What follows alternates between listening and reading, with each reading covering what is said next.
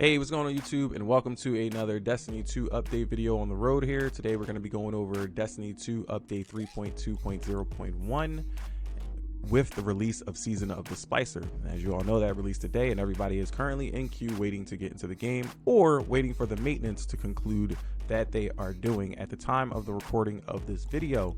All right. Also, I will be live today at 7 p.m. Eastern on twitch.tv/Roads of Silence. All right, so if you want to come check me out live while we play through the campaign one and look over some of the new things that are coming into the game, aka all the weapons and perks and things like that. I've already kind of took a little peek here, and hope you guys enjoy some of that. So without further ado, let's move on over to the patch notes. First up, under general activities, we have 4 new lost sectors being added to the daily rotation of the Legend and Master difficulty lost sectors. All right, they've also fixed issues with unresponsive AI and clumping of combatants in 6-player activities, as well as across multiple activities on the planets. Crucible has gotten its touch up as well. We saw in the previous TWABs, which I will have cards to the playlist that will have all of the previous TWABs for Season of the Chosen, which mentioned a few of these new updates. They've done some little cosmetic things here. You know, obviously 6v6 intro experience is new. They've added momentum control and torch back into the playlist, and they've also adjusted the spawn on dead cliffs, the sound for private matches when you defeat people, the disabled mercy, and the fact that players can join in the middle of a match in private matches. And they've fixed the inaccessibility of heavy ammo placements on Distant Shore, Bannerfall, Widow's Court, and the Altar of Flame maps.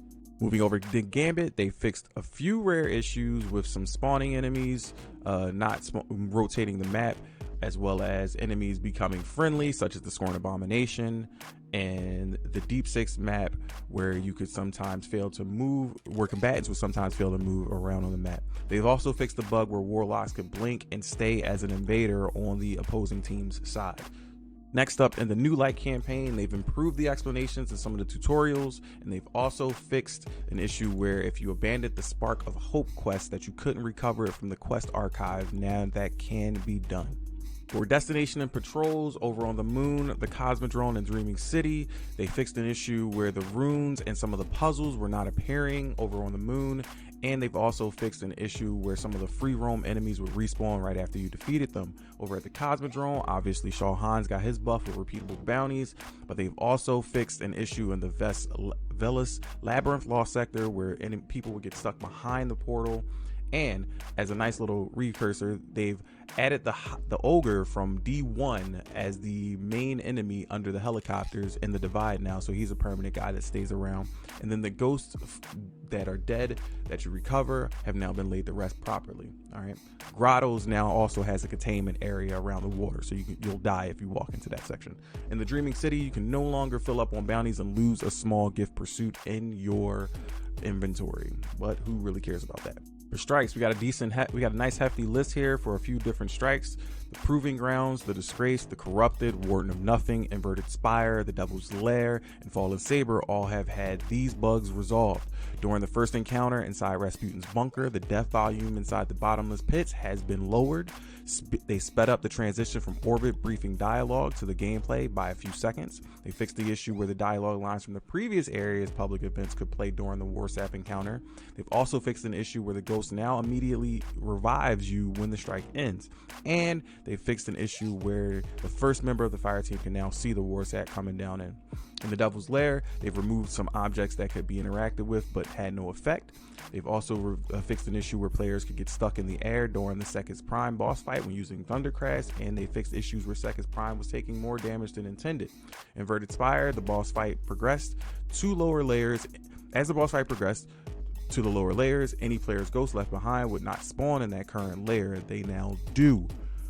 In the Warden of Nothing, they fixed an issue where the number of champions was not being tracked, and they fixed an issue where Cabal were missing from the arena in the ruins of the old Prison of Elders.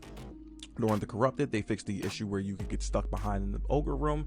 During the Disgrace, they fixed an issue where the players who had completed the New Light campaign will always hear the New Light dialogue. And they also fixed an issue where players could get locked out of the boss room when joining players could spawn in too far behind from the fire team. Also, the Proving Grounds strike has been fixed. The written issue has been fixed with the Proving Ground names. For public events, they fixed an issue where the UI wouldn't display properly for some public events, and the Hive Ritual public event was engaging players from a distance. That has now been fixed. You will no longer be engaged in that activity. For raids, the Deepstone Crypt has now the issue where players could hop off their Sparrow to reset the fire in the basement of the Crypt security encounter has been fixed. They fixed the issue where you could, the Rally Banner glitch during the final encounter has been fixed. They've also fixed an issue where players can kill A-Track or beat the A-Track encounter in challenge mode by having players get sucked out of the airlock. They fixed an issue as with the Crypt security encounter where using finishers would trigger the quarantine. For Garden of Salvation, they fixed an issue where music would fail while you were doing the Divinity Quest. And for the Last Wish, they fixed the issue where Riven would start the wipe casting 20 seconds faster if she was on a certain side of the map. I think you guys will like this one. For Pit of Heresy, they've claimed that they have fixed the ball duping. I doubt it. Moving on to the UI, removed the display cap on players' waypoint season ranks, which was only able to show 999, and now it will show over 999.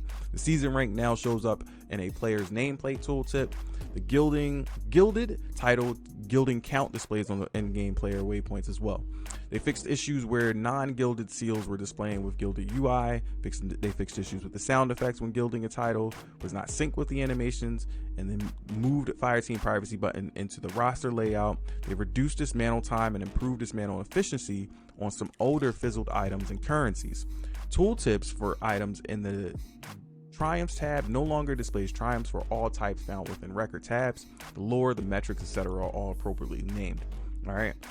Obviously, the new nav changes that we saw coming in, the new changes to the helm, Legends tab, of course, and then the updated loading hints, or the updated HUD as well. All right, they've updated loading hints regarding anti-champion modifications, and the appearance customization has been added into the vanity screen below the character selection screen, along with all the other tidbits dealing with transmog.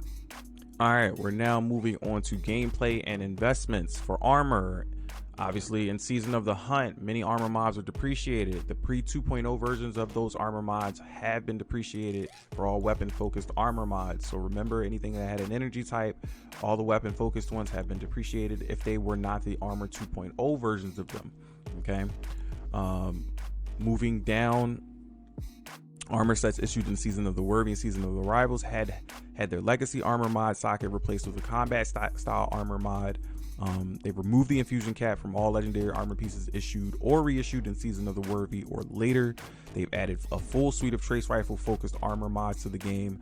And then with certain armor sets like the armor pieces, i.e. Severance Enclosure and Felwinter's Helm, they now create their effects at the location of the enemy defeated by power melee instead of originating at the player's location. The Assassin's Cowl, Severance Enclosure, and Felwinter's Helm exotics now trigger their effects on stasis power melees as well. The Heavy-Handed mod will now correctly work with the Shiver Strike melee. Felwinter's Helm will no longer cause 2020 Solstice armor to glow. Kefri's Sting will no longer grant True Sight when affected by another Guardian Smoke Bomb. Telesto will no longer incorrectly trigger the Death Throes perk of Verity's Brow. And they fixed issues that was resulting in feminine character models utilizing masculine character model hands during certain cinematic scenes, i.e. gear and character preview screens, which was resulting in hands visibly clipping through the gear and wraps. For the weapons, I'm not going to go over any of the buffs and nerfs and things that we've already talked about in the previous TWAB. If you guys want to hear what those are or need a recap on that, again, go to the TWAB playlist. The last TWAB video that I created, which is the most recent one, will have all that information in there for you guys. For now, I'm going to stick and talk about anything new that I see on this current list, i.e. things with the Mighty Multi-Tool. All right. They fixed the issue where the Mighty Multi-Tool's animation popping in first person when coming out of a sprint. They've fixed issues with the Adored Sniper Rifle using Beyond Light watermark instead of the Season of the Hunter watermark. They fixed issues with the Bad Juju. Emissive color was white instead of the normal green. They fixed issues with the Summoner Auto Rifle. Emissive color was white instead of the normal orange. They fixed an issue where the 7 Seraph Shotgun ornament had artifacting near the bolt. and they fixed issues where the Cloud Strike could trigger the Lightning Storm even if shooting invulnerable targets. They fixed issues with Thresh would trigger a generic buff as sound effects on each kill, even if the super energy is full. They've also fixed issues where the magazine would always display a green increase around arrow, even when the magazine decreased on temporal claws. They fixed issues where precision hand cannons would slow down arrow, will show down arrow on magazine stat when applying a backup mag. They've also fixed the issue where the symmetry could kill your teammates. And the surrounded perk no longer lingers when the surrounded spec is used. Outside of that, all the other changes that have been mentioned to weapons stay the same and are the same. You can go check those out in the previous swaps. Next up, we have power and progression. The infusion caps for weapons and armor has risen 10 points. All sources will now offer upgrades to 1260 and powerful sources will be up to 1310. Finally, pinnacle sources will now go up to 1320. Next up, moving into Bounties and Pursuits, and all this stuff is the new things that are coming in with the season of the Splicer. So, the Exo Stranger now has a new Stasis Aspect quest available. Again, this requires Beyond Light ownership, the campaign completion, and acquisition of all prior Stasis Aspects from the Stranger. If you need help with those, I do have quest guides specifically for those. I'll have the link for that playlist in the description below. Alright, they fixed issues where step 2 of the Born in Darkness part 2 quest unintentionally changed to only require using stasis abilities against 30 combatants instead of the original 60. The objective has now been returned to the original value. Players who have not yet completed this quest step will have to use stasis abilities against 60 combatants. Weapon focused bounties now cycle on a weekly rotation instead of random. They've also fixed issues where Eris's Morin's post-campaign memories quests weren't showing up on her map marker.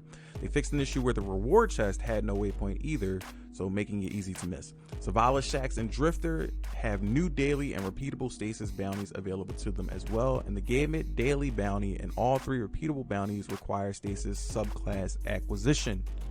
For abilities, aspects, and fragments, all of these were already talked about, none of them changed. Nothing new here really. The tuning to the subclasses for Hunters, Titans, and Warlocks, as well as the Chaos Reach Warlocks as well, for all stasis subclasses and for the Chaos Reach subclass. They've also added the colorblind support for enemy crystals, enemy squall, enemy dustfield grenades, and enemy bleak watcher for the Crucible. Also, player highlighting in the Crucible now has colorblind support as well. Some other minor things to note for combatants: they've reduced the health of the fallen dropship torrents, and for stat trackers, they've added stat trackers for each seal that can be gilded, tracking how many times the seal has been gilded. For seasonal challenges, the well-rested tooltip has been updated to direct players to seasonal challenges rather than weekly bounties. They added a past header category for seasonal challenges and moved any season of the chosen seasonal challenges with the weapon reputation or lore rewards to the season of the chosen category under the past. All other season of the chosen seasonal challenges are no longer available. They've added a new XP reward size for seasonal challenges also. Incoming as well is the new shader setup. For shaders are now unlockable items and no longer consume upon application. Shaders no longer exist within the inventory and can now be found within collections, and any shader that has been unlocked in collections can be applied to weapons or armor for the cost of 500 glimmer. Existing shaders held in player inventories, vaults, and at the postmasters have been removed, and you have not been refunded any currencies that you could have possibly gotten from that. All right, here's the big one here. The season pass changes. They've updated the tooltip to inform players purchasing season pass ranks at rank 99, and it does not provide progress past rank 100. Seasonal armor will no longer drop from the season pass, and seasonal armor is now available exclusively through the seasonal activities and seasonal rank bonuses. Okay, they've updated the season pass rank rewards as follows. For the free ranks, rank number 5, it gives you 25 legendary shards. Rank number 10, 25 legendary shards. Rank number 15, 5 enhancement cores. Rank number 20, exotic engram, and rank number 25 will give you the legendary engrams. For the premium pass, rank 14 will give you 25 shards. Rank 15, 5 enhancement cores. Rank 17, 10,000 glimmer. Rank 25, legendary engram. Rank 27, 5 cores. Rank 34, 3 modules.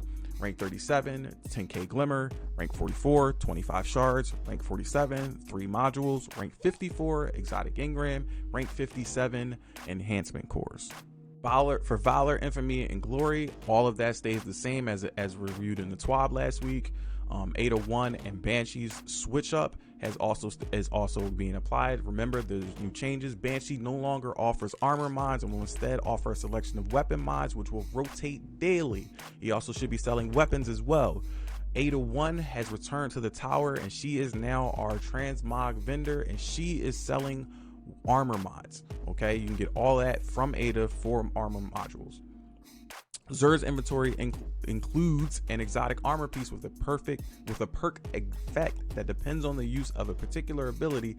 That armor piece should more reliably come with a higher stat value in that stat that governs the cooldown of that ability. This is whenever you purchase an item from Xur. It now will be more prefaced to whatever the benefits of that armor is. Finally, we have the focused Umbral engrams prismatic recaster. Obviously, focused Umbral engrams now auto decrypt because of the new changes to the helm, and they've also did some updates like we said in the last TWAB with the visual stuff. For platforms and systems, the changes for those, they've added motion blur, chromatic aberration, and film grain settings options to Xbox One and PS4. And then for the general bugs and fixes and things that they've done, they fixed a bug that was preventing Sparrow cleanup when the rider would exit the game unexpectedly. They fixed an issue also causing Gear and Destiny content vaults to erroneously drop from Strike unique loot lists. And the big clincher here, Sparrows no longer time out after 7 seconds and can now stay in the world semi-indefinitely. So just remember and be respectful of where you park them. And also, players can now easily filter the offerings in the Eververse store at the archive tab. Woo! And that's gonna do it for me. That's it. That's everything in today's update 3.2.0.1. They might be rolling out a new update. Like I said, during the recording of this video, they were doing maintenance. I'm not sure if the queue times are still rolling. I myself, I am actually on the screen, so I'm not sure how far into the game I am. I'm about to hop on here though. I'll catch you guys in the stream. Remember, if this video was helpful to you guys, click that like button. Make sure you click subscribe so you can get notified when new content comes out for the channel. And I will be releasing a shit ton of stuff this week. So hope you guys get into the game rather quickly. See you out there in the new season of the Splicer. Catch you guys later, and peace.